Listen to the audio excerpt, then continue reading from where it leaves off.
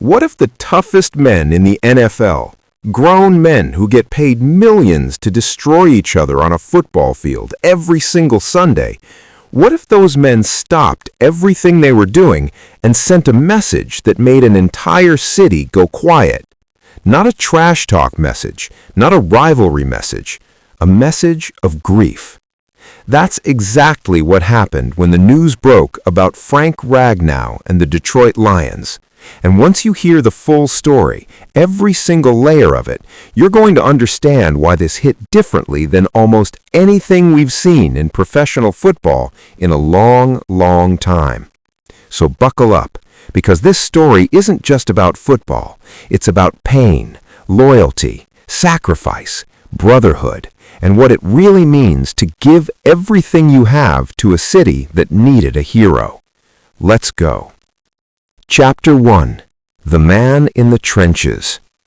Here's something most casual football fans don't understand about the NFL. The most important player on your offense isn't always the one holding the ball. It's not always the quarterback with the rocket arm. It's not always the wide receiver making the highlight reel catch. It's not always the running back breaking through the line for a 60-yard touchdown. Sometimes, and pay close attention here, sometimes the most important player on your entire team is the guy almost nobody talks about, the guy who never catches a single pass, the guy who never throws a single ball, the guy who almost never gets his name called on the broadcast, the center. The man in the dead middle of the offensive line who every single play begins with. And in Detroit, Michigan, that man, for years and years, was Frank Ragnow. Now, if you don't know Frank Ragnow by name, that's actually kind of the point, because centers, by the nature of what they do, live in the shadows. They snap the ball, they engage blocks, they call out defensive fronts, they protect the quarterback, they open running lanes, and then the cameras follow whoever has the ball next. The center just resets, lines back up, and does it all over again, 60, 70 times a game, season after season, without the glory, without the spotlight, without the fanfare. But here's the thing about Frank Ragnow that separated him from every other center in football. He wasn't just good at his job. He wasn't just solid. He wasn't just dependable. Frank Ragnow was, by almost every measure you could find, the single best center in the entire National Football League. And he was doing it for the Detroit Lions, a franchise that, for most of its modern history, had been one of the most tortured, most heartbroken, most disappointed fan bases in all of American sports. Detroit needed Frank Ragnow. They needed him more than they even knew. And then came the day that changed. Guys who had lined up across from Ragnow in big games. Guys who had tried to get past him and couldn't. Guys who had watched him from the opposing sideline and understood, on a professional level, exactly how extraordinary he was. These men, hardened, experienced NFL veterans who have seen everything the league has to offer, started sending a message. And it was disturbing. Not disturbing in a dangerous or threatening sense, disturbing in the way that genuine emotion, raw and unfiltered, is always a little bit disturbing when it comes from people we're not used to seeing show it. These were messages of deep, genuine, painful respect. Messages that said, in essence, we can't believe this is happening. We can't believe we're losing this guy. The league is going to feel this absence in a way that people who don't play this game might not fully understand. And it hit differently because it was coming from opponents, from men who had every incentive to simply say nothing or to be politely complimentary and move on. Instead, they were genuinely moved, genuinely shaken. Because when a player like Frank Ragnow walks away, it's not just his team that loses something. The entire NFL loses something. Chapter 6. What his opponents were really saying. Here's what you have to understand about the messages that came pouring in from around the league. When NFL players compliment each other, there's usually a certain temperature to it. It's professional respect. It's acknowledgement. It's one competitor recognizing another's ability. It's warm, but it's measured. What came out after the Ragnow retirement announcement was different in degree and in tone. These weren't measured compliments, they were testimonials. Defensive linemen and linebackers, men whose entire professional purpose is to blow past the offensive line and destroy the quarterback or stop the run, were speaking about Ragnow the way athletes speak about a player who fundamentally changed how they thought about their own position. The way opponents talk about someone who made them better simply by forcing them to prepare for him every single week. One of the consistent themes in everything that was being said was the word dominant. But even that undersells it, because in the NFL you hear that word a lot. What made the Ragnow tributes different was the specificity. People weren't just saying he was great in the generic sense, they were describing specific moments, specific games, specific techniques, the way he set his hands, the way he read defensive fronts, the way he could anchor against a 300-pound pass rusher at the point of attack. They were describing a master at his craft. And underneath all of it was this heartbreaking subtext. A guy who should have had at minimum 2 or 3 more years at the top of the game was walking away because his body finally had enough. Because years of sacrifice, years of playing through that chronic, grinding, relentless toe pain had taken their toll in a way that couldn't be undone.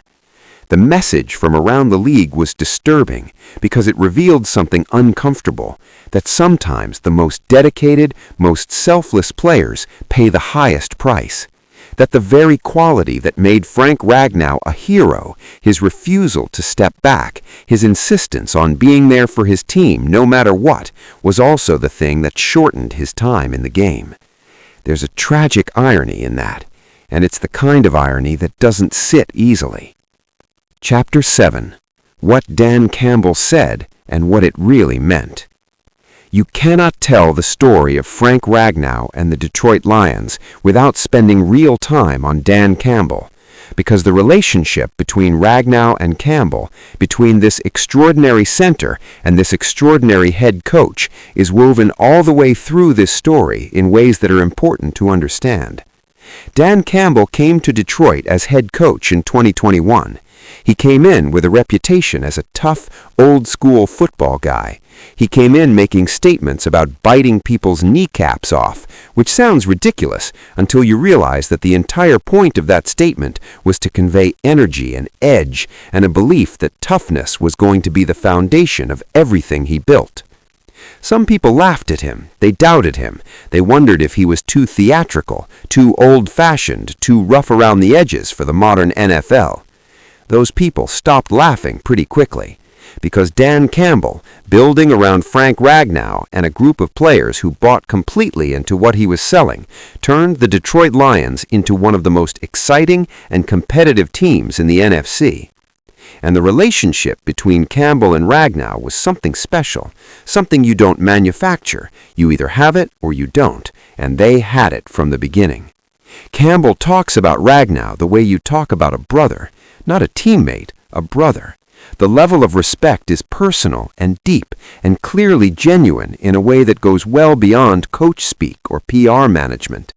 When Campbell spoke about Ragnow's retirement, the emotion in his voice was unmistakable. This was a coach who understood exactly what he was losing. Not just a great football player, not just a Pro Bowl center, but one of the foundational human beings of everything the Lions had become. And what Campbell's reaction communicated, just as powerfully as any words, was that Frank Ragnow didn't just play football for the Detroit Lions, he defined the Detroit Lions. There's a version of the Lions' resurgence story that can be told without him at the center. Technically, you can list the wins and the games and the milestones without him at the center of every sentence, but that version of the story is missing its soul.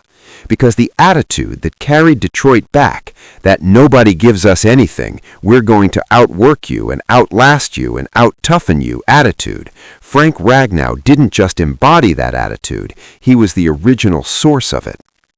Chapter 8. The Weight of Number 55. In Detroit, the number 55 belongs to Frank Ragnow, and what that number came to mean to Detroit fans is something that's almost hard to articulate if you're on the outside looking in. Football jerseys are funny that way. The number becomes more than a number. It becomes a symbol, a shorthand for everything the player represents, for everything that player means to you. When you saw 55 in that Honolulu blue and silver, you knew what you were getting. You knew there was going to be accountability on the offensive line. You knew that snap was going to be clean. You knew the blocking scheme was going to be executed correctly. You knew that if a defender lined up across from Frank Ragnow and thought he was going to have a good day, he was in for a very rude awakening. For Detroit fans who've spent decades watching their team struggle, watching their team get pushed around, watching their team be the punchline, seeing Frank Ragnow line up week after week and impose his will on the best defensive players in football meant something that went beyond sports. It meant dignity. Detroit is a city that has faced its share of hardship and struggle. The Lions, for a long time, reflected that struggle in a painful way. But Frank Ragnow was a different kind of energy. He was the energy that says, we don't care what you think of us. We don't care what the odds are. We're going to come out here and compete, and we're going to do it with everything we have. That's Detroit energy, and Frank Ragnow was its purest expression in football form. So when those messages started coming in from around the league, when players who had no particular allegiance to the Lions or to Detroit started reaching out and expressing what Ragnow's retirement meant, Detroit felt it on a level that runs very, very deep. Because it wasn't just the football player they were losing, it was the symbol. Chapter 9. The Brotherhood of the Trenches. There's a culture in NFL offensive line play that the outside world rarely gets a window into. It's a brotherhood, a real one, not the kind that gets thrown around loosely in corporate team-building exercises.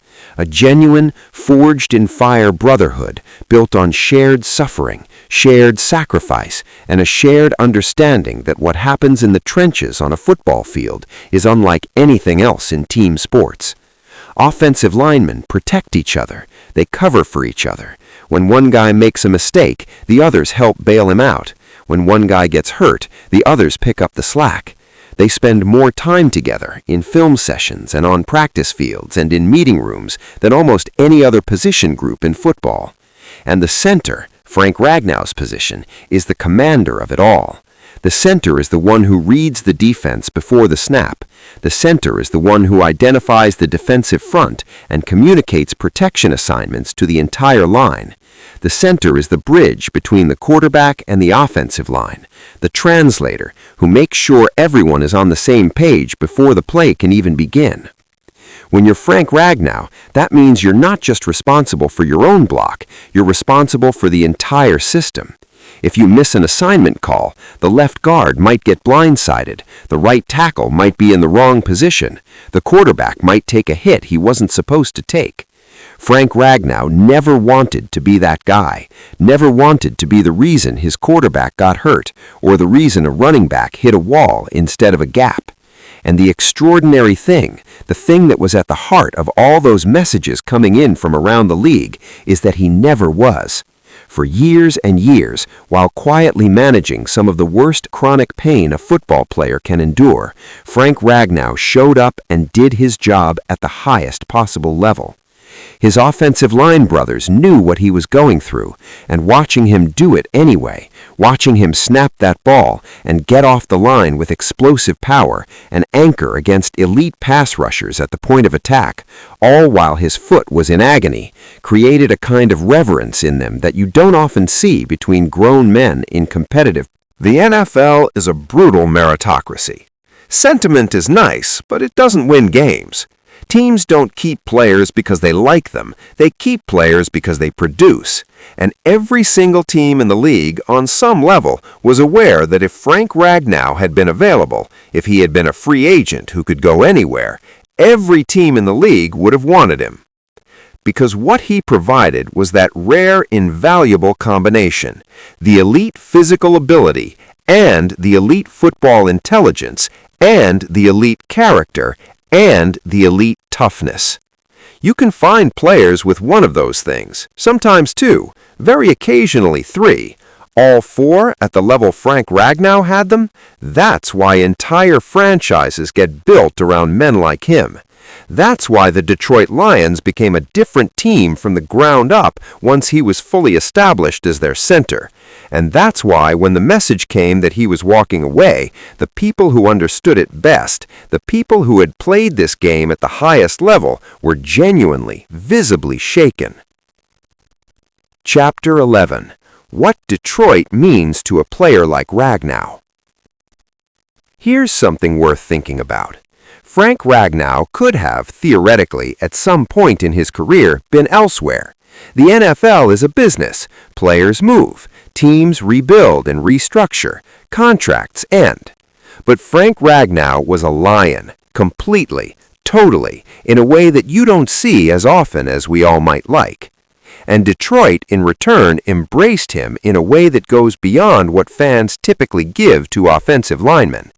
Think about that for a second. Frank Ragnow is a center, the least glamorous position in football by almost any measure. He doesn't throw touchdown passes. He doesn't make the big catch. He doesn't even make big hits in the traditional sense. But Detroit knew his name. Detroit knew his number. Detroit understood what he meant. And when fans start understanding what a center means to a football team, when casual fans, not just hardcore football junkies, start recognizing and appreciating the guy in the middle of the line, that tells you something profound about the player. It tells you that he made his presence felt in a way that transcended the technical details of his position. It tells you that somehow, even without the ball in his hands and the cameras following him, he communicated something to the people watching. He communicated that there was a standard, that there was a floor below which this team would not fall, that as long as he was out there, things were going to be done the right way. Detroit needed that more than they could even express. Because for years, for decades, one of the things that hurt Lions fans most wasn't even the losing. It was the feeling that sometimes the team wasn't as hard as the city. That the city had this blue-collar, I'll outwork you until I can't stand up identity, and sometimes the team didn't quite match it. Frank Ragnow matched it, perfectly, completely, every single Sunday. He was Detroit in pads. Chapter 12. The Quiet Conversation About Sacrifice. There's a conversation happening in professional sports right now about the relationship between sacrifice and wisdom, about whether the old model of playing through everything, of gutting it out no matter what, is actually good, or whether it's a tradition that has cost too many players too much. It's a complicated conversation, and Frank Ragnow's story sits right in the middle of it. On one hand, you want to celebrate the toughness and commitment, the fact that he was out there week after week giving everything he had. That's genuinely admirable. That's the stuff of sports legends. That's why his teammates and opponents revered him. On the other hand, and this is the disturbing part, the part that lingered underneath all those messages from around the league, there's a sadness to it. Because the toe injury, the chronic pain, the years of grinding through it, that ultimately contributed to a career that ended earlier than it should have. Frank Ragnow, if we're being honest, probably had multiple more years of elite production in him if his body had been fully healthy. He might have been playing into his mid to late 30s. He might have been the anchor of that offensive line for another 5 or 6 seasons, right through what could have been the peak championship window for the Detroit Lions. Instead, he's walking away, and nobody is angry at him for it. Nobody should be. When a man has given what Frank Ragnow has given, in terms of physical sacrifice, in terms of years, in terms of the kind of commitment that puts your long-term health on the line every single week, nobody gets to have opinions about when that man decides enough is enough. But the sadness is real, and it was present in every single one of those messages that came in from around the NFL. The sadness of watching greatness end before its time. The sadness of knowing that the commitment that made him great was also the thing that wore him down. That's a complicated feeling to sit with, and the fact that professional NFL players, men trained from childhood to project toughness and suppress sentiment, were openly expressing that feeling, said everything about how profound this moment really was. Chapter 13. What Jared Goff Lost. Let's talk about Jared Goff for a moment, because you cannot fully appreciate the weight of this situation without understanding what Frank Ragnow meant to his quarterback. Jared Goff has been through things in his NFL career. He was drafted first overall, became a Super Bowl quarterback in Los Angeles, then got traded in circumstances that were not entirely flattering. He came to Detroit under pressure to prove himself, to rebuild his reputation, to show that he was the player his draft position had always suggested he could be. And he did it. Goff became in Detroit the quarterback that many people weren't sure he could be. He threw the ball accurately and efficiently. He made smart decisions. He got the Lions to places they hadn't been in a long time. A lot of credit for Goff's resurgence goes to a lot of different people and factors, the receivers, the coaching, the system that Dan Campbell built. But an enormous foundational piece of it was Frank Ragnow. When you have a center of Ragnow's caliber, your quarterback's life is different. The pre-snap communication alone changes everything. Ragnow's ability to identify blitzes, to recognize defensive fronts, to make the right protection calls before the ball was ever snapped, made Goff's reads cleaner. It made his decision-making faster. It gave him an extra half-second on passes that in the NFL is the difference between a completed ball and a sack. Goff knew what he had in Ragnow. He knew it deeply and personally, the way quarterbacks and centers always know each other deeply and personally because of how physically intimate their working relationship is. Every single snap, for years, was a shared moment between those two men. Now that's over. And Goff's reaction to the retirement, heartfelt, genuine, visibly emotional, spoke to a loss that goes beyond football strategy and roster management. He lost his guy, the guy who made his football life easier and better every week, the guy whose presence in the huddle and on the line communicated calm and competence and absolute reliability. Losing Frank Ragnow is different for Jared Goff than it is for anyone else in that building. Chapter 14. The Legacy That's Already Written. Here's the good news in the middle of all this emotion, and there is good news. Frank Ragnow's legacy is not something that needs to be constructed or curated or argued for. It's already there, already written, already established in a way that doesn't require any further debate. He is one of the greatest offensive linemen of his generation, full stop. Multiple Pro Bowls, first-team All-Pro recognition, the foundation of one of the most dramatic and exciting franchise turnarounds in recent NFL history, the respect and admiration of his peers from every corner of the league. That doesn't go away when he hangs up the cleats. In Detroit, that grows. It becomes legend. It becomes the standard against which future offensive linemen for the Lions will be measured for years and years to come. Every time a young center comes through Detroit, every time a new guy gets drafted or signed to anchor that offensive line, the comparison will come up. Does he have Ragnow's feet? Does he have Ragnow's football IQ? Does he have Ragnow's toughness? That's what it means to be truly great at this game. You become the benchmark. And the way he did it, through injury, through sacrifice, through a loyalty to the city and the team that was absolute and unconditional, that makes the legacy even more powerful, more permanent, more meaningful. Football fans, even football fans who aren't Lions fans, are going to be talking about Frank Ragnow for a long time. Not just about what he could do on the field, but about who he was and what he represented. In a league of extraordinary athletes, Frank Ragnow was an extraordinary human being who also happened to be an extraordinary athlete. That's the legacy. Chapter 15. The Message Decoded.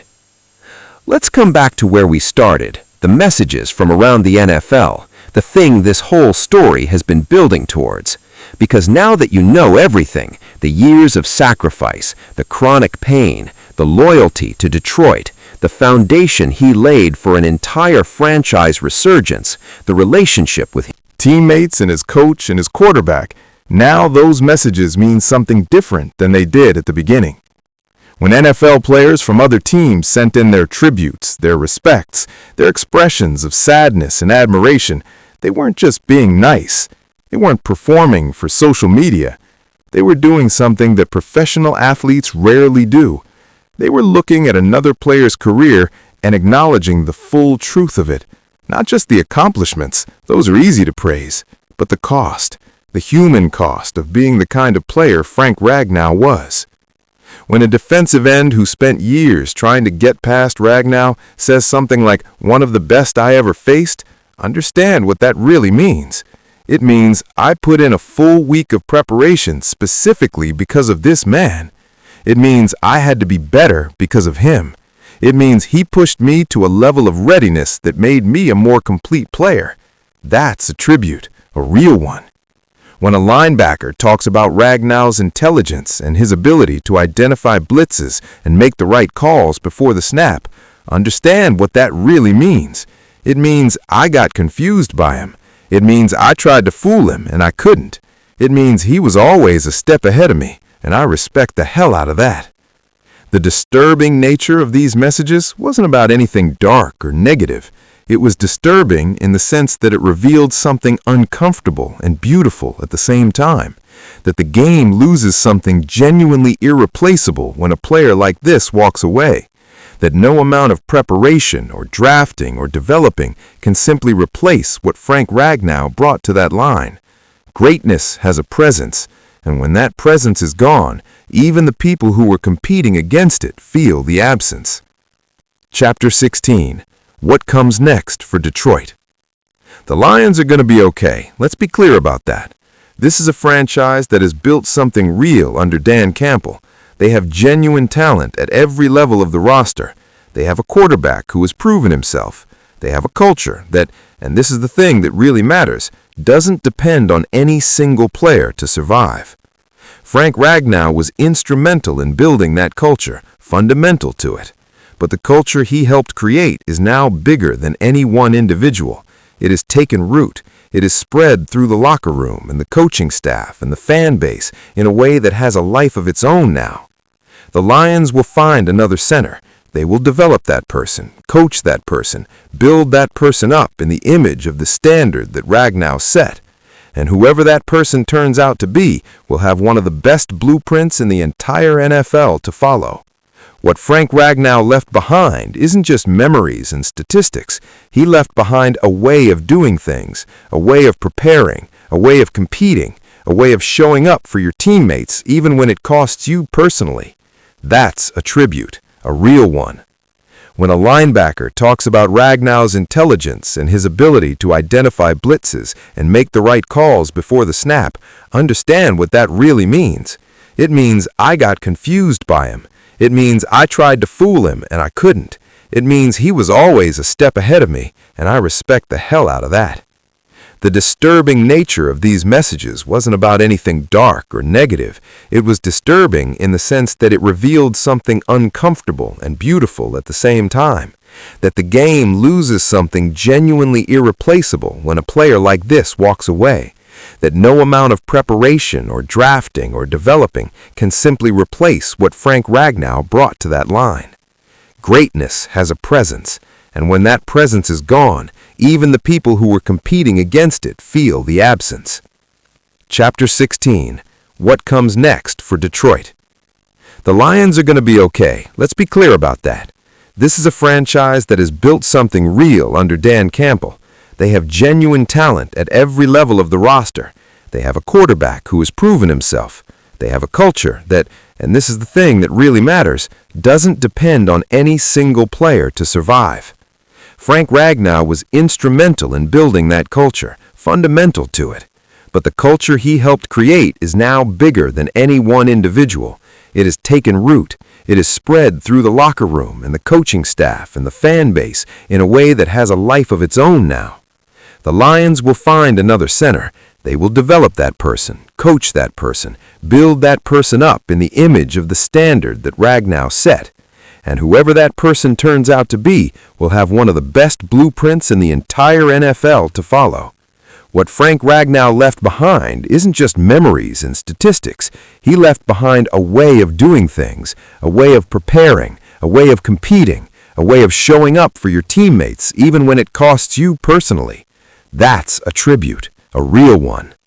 When a linebacker talks about Ragnow's intelligence and his ability to identify blitzes and make the right calls before the snap, understand what that really means. It means I got confused by him. It means I tried to fool him and I couldn't. It means he was always a step ahead of me, and I respect the hell out of that.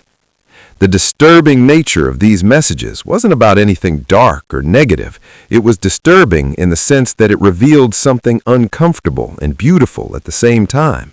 That the game loses something genuinely irreplaceable when a player like this walks away. That no amount of preparation or drafting or developing can simply replace what Frank Ragnow brought to that line. Greatness has a presence, and when that presence is gone, even the people who were competing against it feel the absence. Chapter 18. The broader truth about what we just witnessed. Here's the final thought, the one that I want to leave you with. What happened when Frank Ragnow announced his retirement, the outpouring from around the NFL, the emotional tributes from opponents, the visible grief from teammates and coaches, all of that revealed something about football and about sports that we sometimes forget. We watch these games for the touchdowns and the big plays and the championships, and all of that matters. All of it is real and exciting and worth caring about. But the deeper reason we watch, the reason sports have always mattered to human beings in a way that goes beyond entertainment, is because of what the best players reveal about what's possible, about what people can be when they commit completely to something, about what dedication and sacrifice and genuine love for your craft actually look like in practice. That's what Frank Ragnow was. For years, against all odds, through pain that most people will never experience, he was that. And the players from around the NFL who sent those messages, those disturbing, raw, emotional messages, they were recognizing something in him that they recognized in themselves. The love of the game, the pride in doing your job at the highest possible level, the willingness to sacrifice for something bigger than yourself. In recognizing it in Frank Ragnow, they were honoring it in all of them.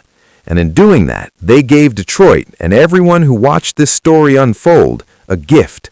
The gift of knowing that in an enormous and loud and commercial and complicated league, there is still room for something pure, something real, something that reminds you why you fell in love with the game in the first place.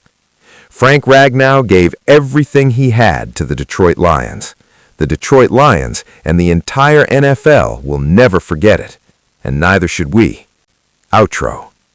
This has been the story of Frank Ragnow, the man in the middle, the lion among lions, and one of the most beloved figures in Detroit football history.